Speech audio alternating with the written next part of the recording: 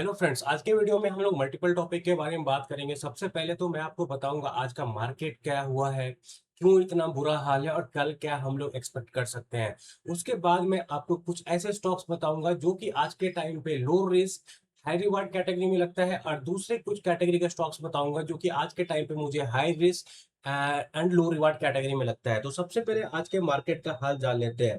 देखो, मार्केट का हाल आज बहुत ही बुरा है। जैसे आप निफ्टी पे देखोगे ना, बहुत ही बुरा रहा है। निफ्टी 50 आपको 1% नीचे था, बैंक निफ्टी आपको 0.8% नीचे था। स्मॉल कैप जो कि हम लोग के पोर्टफोलियो का इंडिकेटर होता है, वो आपको 1.9% नीचे था। इवन अगर अगर हम नीचे आकर देखें, और वो अगर हम स्मॉल कैप 250 को देखें, वो भी आपको 1.8% नीचे है।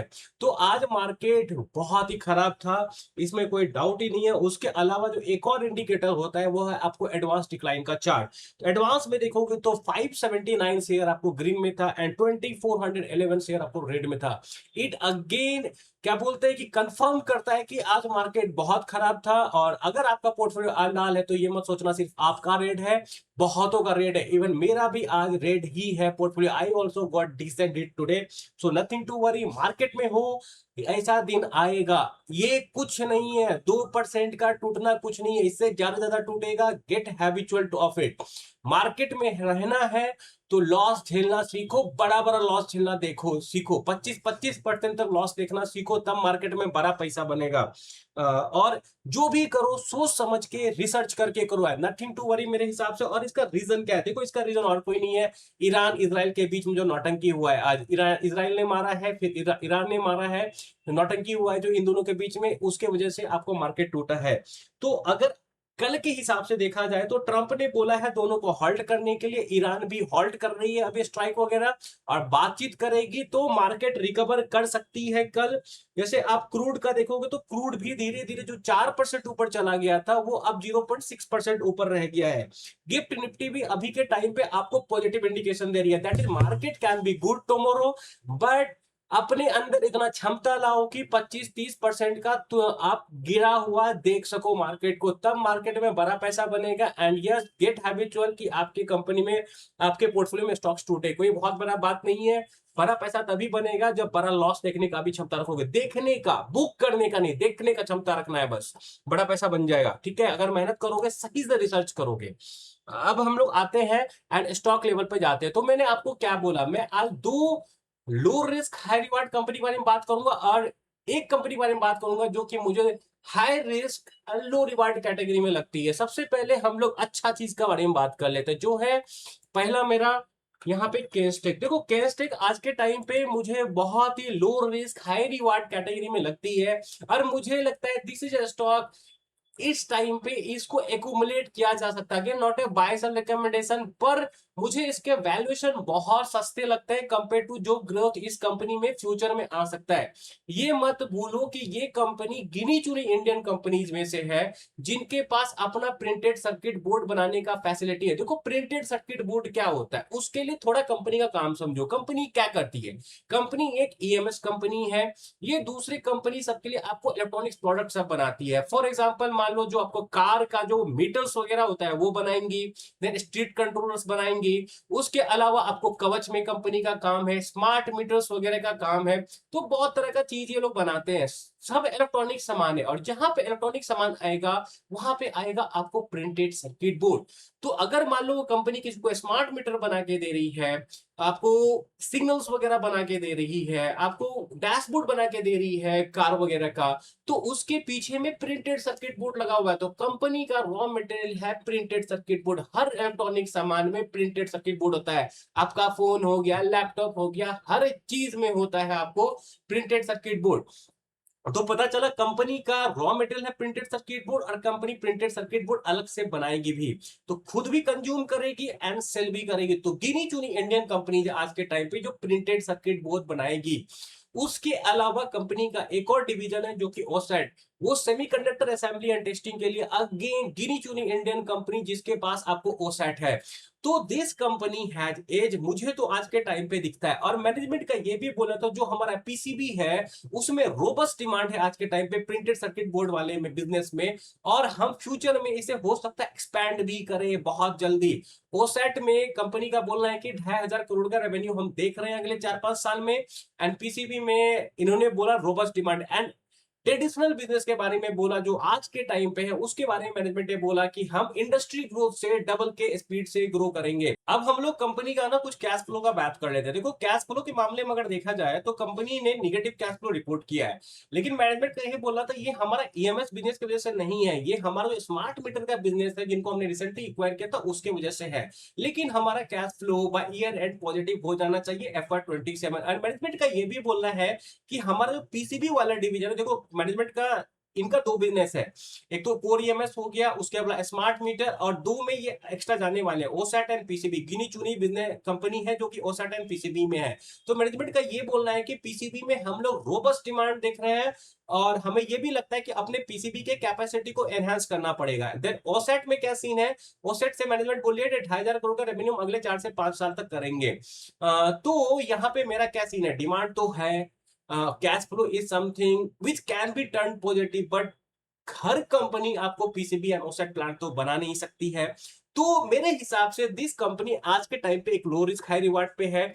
स्टॉक पी 55 का है, और मैं आपके लिए एक इंटरेस्टिंग कैलकुलेशन लेके आया हूं। देखो अगर मैंने कंपनी 30% से भी ग्रो करे, 25% से भी अपने कोर बिजनेस को ग्रो करे, एंड गिवन उनका जो ओसैट एंड पीसीबी प्लांट है वो सक्सेसफुल हो जाए, तो कंपनी को कितना ऑर्डर बुक चाहिए अपने FY28 के टारगेट को मीट करने के लिए। कंपनी ने पहले FY28 का टारगेट दिया था 8500 करोड़ रेवेन्यू का, ठीक है। यहां पे मैंने एक आपको रफ कैलकुलेशन किया FY28 FY27 के लिए। देखो सबसे पहले FY27 के लिए मैंने क्या एज्यूम कर लिया कि कंपनी सिर्फ 30% से ग्रो करेगी, ठीक है। तो कंपनी का अगर FY26 का रेवेन्यू देखो तो कितना है, 3600 करोड़ के आसपास। तो कंपनी का FY27 का रेवेन्यू बनना चाहिए आपको 4700। जस्ट एज्यूमिंग की कंपनी अपने कोर बिजनेस को 30% से ग्रो करेगी। एंड ये दूसरा टेबल है आपको FY28 के लिए। तो अगेन FY28 में भी अपने कोर बिजनेस को कंपनी क्या करेगी, 30% से ग्रो करेगी। एंड दूसरा जो रो है वो है आपको 25% ग्रोथ के लिए। और ये मैं FY28 का कैलकुलेशन निकाल रहा हूं। तो देखो FY28 में ना इनका ओसेट से भी अच्छा खासा रेवेन्यू आ सकता है, पीसीबी से भी आ सकता है। पीसीबी से मान लो 1500 करोड़ का आएगा, और ओसेट से आएगा 1000 करोड़ का। अगर 400-500 करोड़ का आ रहा है FY27 में, तो अगर रैंप अप करेंगे ये FY28 में तो इट इज पॉसिबल। और मैनेजमेंट का ये भी बोलना है कि पीसीबी से गोइंग फॉरवर्ड हमारा और रेवेन्यू आ सकता है। क्यों? क्योंकि जो 1500 करोड़ का हमें पीसीबी का ऑर्डर मिल रहा है, it can translate into 13,000 crore का ऑर्डर ओवरऑल।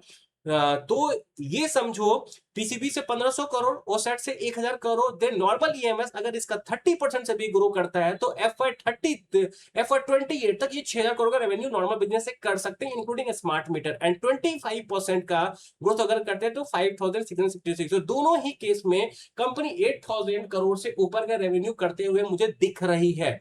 अब हम दूसरा चीज देखते हैं कि ऑर्डर कितना चाहिए उसके लिए ईएमएस का। देखो आज के टाइम पर अगर देखा जाए कंपनी के पास 8400 करोड़ का ऑर्डर बुक है, और कंपनी को ये दोनों नंबर अगर करना है अचीव तो कंपनी को 10,800 करोड़ का ऑर्डर बुक चाहिए। अगेन ये क्या है, FY27 का इनका रेवेन्यू टारगेट, एंड ये है आपको FY28 का रेवेन्यू टारगेट, एज्यूमिंग कि ये 30% से ग्रो करेंगे।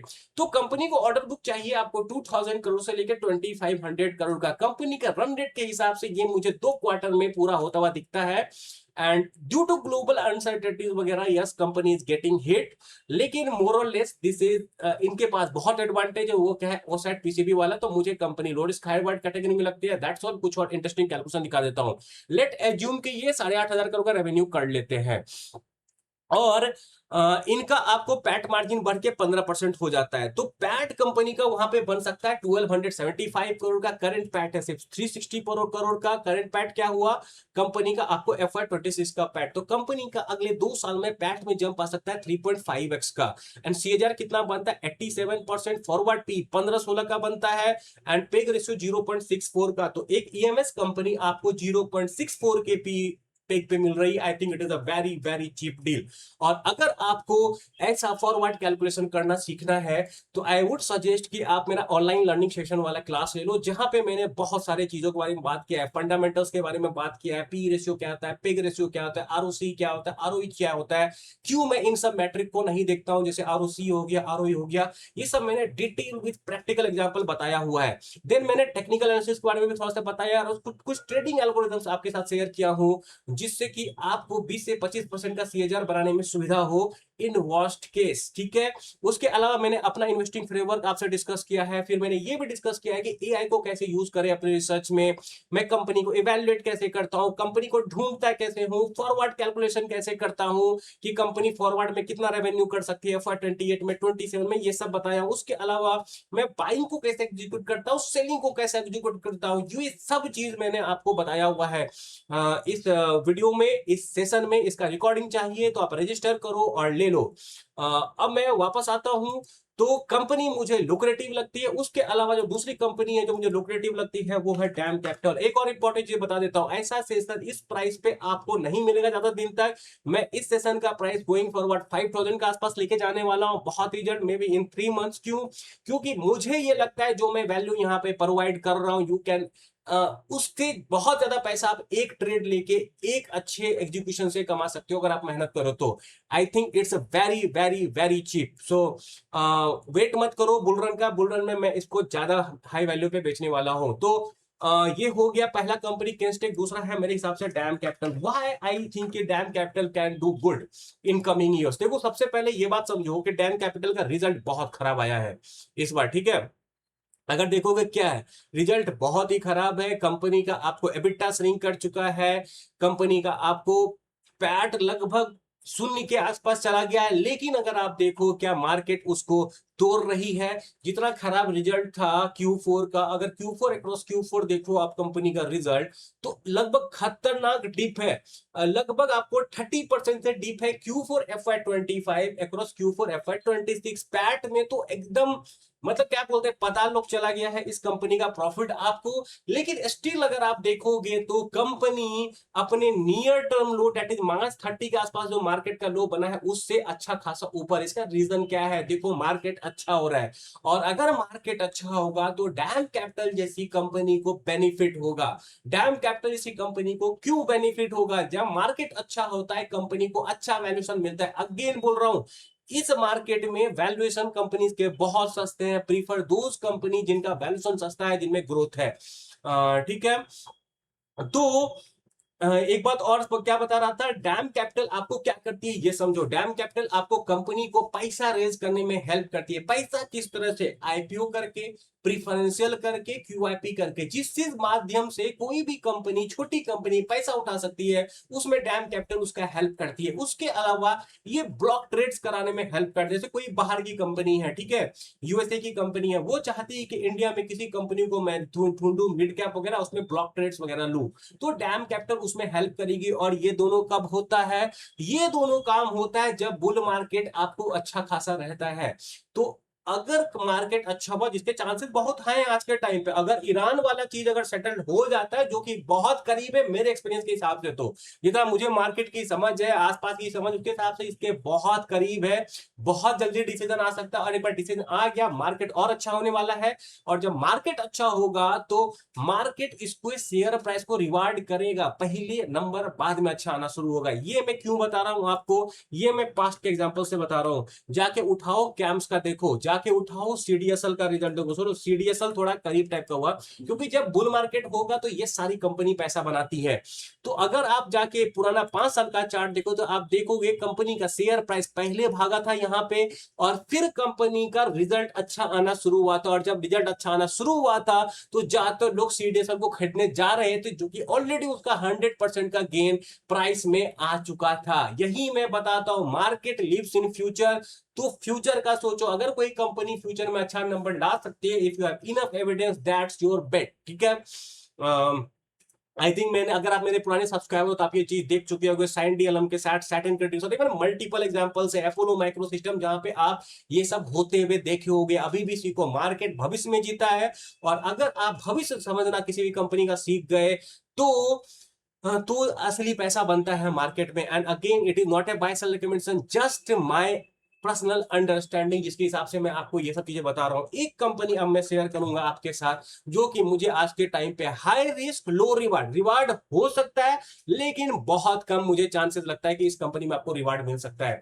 वो कौन सी कंपनी है? एमटाटेक। हाँ, उससे पहले एक इंपॉर्टेंट चीज बता देता हूं। मैंने लॉन्च किया है आप लोगों के डिमांड की वजह से एक पोर्टफोलियो एनालिसिस सेशन, जिसमें मैं अपने पोर्टफोलियो स्टॉक्स के बारे में डिस्कस करूंगा। पोर्टफोलियो नहीं दिखाऊंगा, पोर्टफोलियो स्टॉक्स के बारे में डिस्कस करूंगा कि जैसे मान लो मैं अगर 15 स्टॉक को होल्ड करता हूं, वो कौन कौन से 15 स्टॉक है, मेरा टॉप 10 कंपनीज में कितना एलोकेशन है, मैं क्यों इस तरह से एलोकेशन करता हूं, और मैंने कंपनी ए को खरीदा है तो क्यों खरीदा है, क्या सोच के खरीदा है, किस टाइम होरिजन के लिए खरीदा है, मेरा क्या एक्सपेक्टेशन है, कितना पैसा बना के दे सकती है, किस टाइम होरिजन में दे सकती है, क्या क्या रिस्क मैं देखता हूं, ये सब चीज मैं डिस्कस करूंगा उस एनालिसिस में। और आप अपने डाउट्स भी क्लियर कर सकते हो। मैं सेक्टरल चीज सिखाऊंगा, जैसे रिन्यूएबल में मैं अगर अपना एलोकेशन है तो मैं ट्राई करूंगा आपको रिन्यूएबल सेक्टर भी सिखाने का।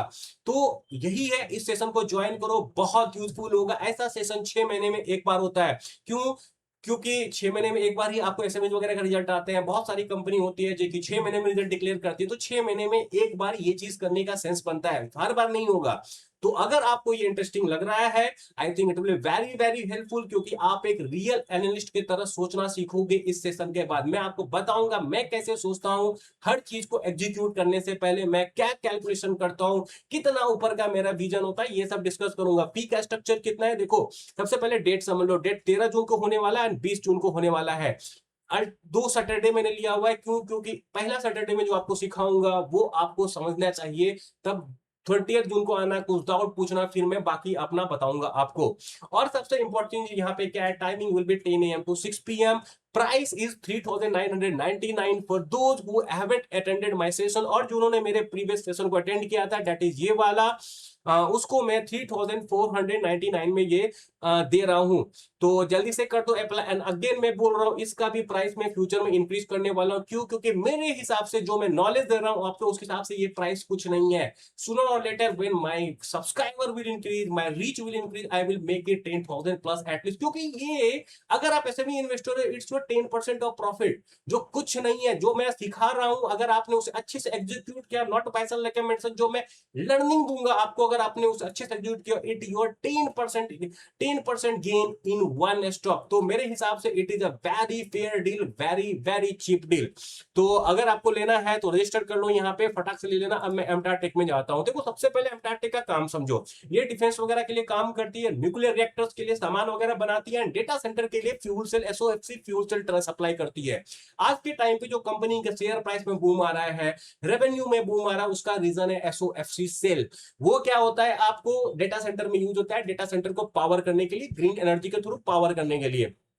ठीक है, आई होप कि आपको ये समझ में आएगा। 3-4 बिजनेस वर्टिकल, एक न्यूक्लियर रिएक्टर के लिए सामान बनाते हैं, दूसरा इनका एसओएफसी फ्यूल सेल वाला है जो कि डेटा सेंटर को पावर करते हैं, उसके अलावा एरोस्पेस वगैरह में ये लोग काम करते हैं। अब मैं आपको इंटरेस्टिंग चीज दिखाता हूँ, कंपनी का पी रेशियो कितना है, 221 का। मैनेजमेंट का क्या बोलना है, मुझे क्यों ये high risk low reward category में लगती है, वो मैं दिखाऊंगा आपको डिटेल में। अभी देखो ये इन्होंने गाइडेंस दिया FY 28 का। तो मैनेजमेंट क्या बोलती है, हम लोग टॉप लाइन को 50 से 80% से ग्रो करेंगे, डुएबल लगता है। EBITDA मार्जिन 24% होगा। तो उसके बेसिस पे मैंने एक कैलकुलेशन किया है आपके लिए। इस दोनों टेबल को देखो, इस दोनों टेबल में मैंने क्या किया है, दो कैलकुलेशन किया। एक पहला FY 27 assuming 80% revenue growth and 24% EBITDA margin, and दूसरा है 100% रेवेन्यू ग्रोथ, जो कि पॉसिबल लग रही है आज के सिचुएशन के हिसाब से, एज्यूमिंग 24% EBITDA मार्जिन। तो उस हिसाब से कंपनी का PAT jump FY 26 over FY 27 2.4x का हो सकता है, फॉरवर्ड पी 90.8 का बनता है। 80 इज इट चीप? मेरे हिसाब से कतई चीप नहीं है। ऐसा भी हो सकता है कंपनी के शेयर प्राइस को वहीं पर रखा जाए और अब नंबर्स अच्छे आते रहे और कंपनी का 90 का पी होगा और सब यही बोलेगा कंपनी का पी रेशियो महंगा है। और वहां पे एक और रीजन दिया जाएगा कि कंपनी का प्रोमोटर अपने माल को बेच रहा है जब कंपनी का शेयर प्राइस नहीं चलेगा। इट इज अ पॉसिबिलिटी, मैं आपको क्या बोल रहा हूँ, हाई रिस्क लो रिवार्ड। ऐसा है कि कंपनी का शेयर प्राइस डबल हो जाए उसके बाद तो ये अल्ट्रा हाई रिस्क कैटेगरी में आ जाएगा मेरे हिसाब से। तो देखो कंटिन्यूअसली कंपनी का मैनेजमेंट अपना शेयर बेचे जा रहा है, इसका मतलब क्या है, उनको पता है कि शेयर प्राइस आज महंगा है, वैल्यूएशन महंगा है, ये बात समझो। मार्केट में बहुत रिस्क है, not a buy sell recommendation, लेकिन रिस्क समझो। और कंपनी है जो कि आपको फ्यूचर में 2030 के पे पे मिलेगी, 2030 के पी रेशियो पे मिलेगी, फॉरवर्ड पी पे। यहाँ पे आपको फॉरवर्ड पीई 90 वाली कंपनी को क्यों खरीदना है, होगी डेटा सेंटर की कंपनी, होगी आपको न्यूक्लियर पे काम करने वाली कंपनी, क्या और डेटा सेंटर में काम करने वाली कंपनी नहीं है कोई, क्या और डिफेंस के लिए काम करने वाली कंपनी नहीं है, तो ढूंढो ना उन्हें। ऐसी हाई वैल्यूएशन वाली कंपनी को क्यों लेना है, बहुत हाई रिस्क है यहाँ पे और रिवार्ड लो है। देखो मान लो कि FY27 में कंपनी का शेयर प्राइस यहां से डबल हो जाता है, तो उस वक्त ये कंपनी 160 के पी रेशियो पर ट्रेड करेगी, ठीक है, एज्यूमी की डबल हो जाए, बहुत रिस्क है, एज्यूमी के शेयर प्राइस डबल हो जाए और कंपनी उस टाइम 80 के पी रेशियो पे आपको ट्रेड करे, तो क्या आगे, सॉरी 160 के पी पे ट्रेड करे, इसका मतलब क्या है कि वो पी सस्टेन करने के लिए उसको 160% से ग्रो करना पड़ेगा। क्या आपको लगता है लगातार ये कंपनी 2-3 साल 100 200 CAGR से ग्रो कर रही है? मुझे 1 साल का तो वेटे दिख रहा है, 2 साल उससे ज्यादा का तो नहीं दिख रहा है। सो मेरे हिसाब से ये company high risk low reward category में, yes there can be reward but there are better opportunity available. For example HFCL ले लो, उसका भी डिफेंस में है, उसका भी डेटा सेंटर में, लेकिन इससे कम रिस्की है आज के टाइम पे। एमटार टेक इज हाई रिस्की। और एक एग्जांपल देता हूं, पास से सीखो, पास से सीखो, हमेशा इतिहास से सीखो। जब कोई कंपनी का शेयर प्राइस चलेगा ना, कोई उसके बारे में बुरा नहीं बोलेगा आपको, सब अच्छा अच्छा चीज सुना। देखो देखो इंसोलेशन एनर्जी, ठीक है, ये इनका शेयर प्राइस देखो, यहाँ पे पीक पे था, उस टाइम पी रेशियो कितना था, पी रेशियो भी उस टाइम पीक पे था 140 200। क्या होता है, क्या कंपनी आज के टाइम पे रिजल्ट अच्छा नहीं दे रही है, कंपनी रिजल्ट अच्छा भी दे रही है, लेकिन क्या हो रहा है, कंपनी का शेयर प्राइस में ऑलरेडी डिस्काउंटेड था फ्यूचर का ग्रोथ। अब जब तक मार्केट को फ्यूचर का ग्रोथ फिर से सर्टेन नहीं लगेगा, तब मार्केट हो सकता है इंसुलेशन एनर्जी को रिवार्ड ना करे। Same thing can happen in MTAR Tech too. ऐसा भी हो सकता है कि इनसे एक्सपेक्टेशन इतना बढ़ा लिया गया है, पी रेशियो इनका 235 का पहुंचा दिया गया है कि एक भी क्वार्टर थोड़ा भी खराब रिजल्ट, इस मार्केट इसको सीधा 60-70% भी गिरा सकती है। अगर खराब रिजल्ट हुआ, ओके ओके से थोड़ा भी खराब हुआ ना, तो 30-40% तो कहीं नहीं गया। तो मेरे हिसाब से एमटारटेक इज अंडर आपको high risk low reward category. थोड़ा सोच समझ के डिसीजन लेना, मेरे बोलने पे मत जाना, अपना डिसीजन लेना हमेशा। और एक और इंपॉर्टेंट चीज बता देता हूं, कंपनी अपने रिसेंट हाई से यहाँ पे 17% नीचे है, इस बात का ध्यान देना। वहां पे बहुत सारी कंपनी जो कि अपने लो से ठीक ठाक ऊपर है। तो समझो मार्केट कैसे काम करता है, समझो मार्केट हमेशा भविष्य में जीता। अगर कंपनी का भविष्य में नंबर अच्छा आना था, जो कि लोगों को पता चल चुका था due to their order, so they started rewarding it. अगर आपको ये कंपनी खरीदना था ना, 1600 पे खरीदना था, 1700 पे खरीदना था, ये अभी रिस्क रिवार्ड फेवरेबल नहीं है। नॉट ए बाय सेलेक्ट, अपना देख के ही लेना। एंड अगेन लास्ट में बता रहा हूँ, ऑनलाइन सेशन को ज्वाइन कर सकते हो, सेशन को ज्वाइन नहीं कर सकते इसकी रिकॉर्डिंग ले सकते हो। It was very helpful, I got very good feedback. And again portfolio analysis session को भी ज्वाइन कर सकते हो, ये तो मैं इसी वीकेंड करने वाला हूँ, सैटरडे को करने वाला हूँ, जिसमें मैं अपने स्टॉक्स वगैरह के बारे में बताऊंगा, मैं क्यों खरीदा हूँ, क्या होराइजन है। एंड अगेन मैं आपके साथ 10+ स्टॉक भी शेयर करूंगा जो कि मेरे रडार में है फ्यूचर में, जिसमें मैं कभी भी पोजीशन बना सकता हूँ। मेरे रडार में है, मैं उनको रिसर्च कर रहा हूँ, अपना अपना उस पर इंफॉर्मेशन गैदर कर रहा हूँ। That's all. अच्छा लगा ये वीडियो तो लाइक से सब्सक्राइब कर देना। बाय।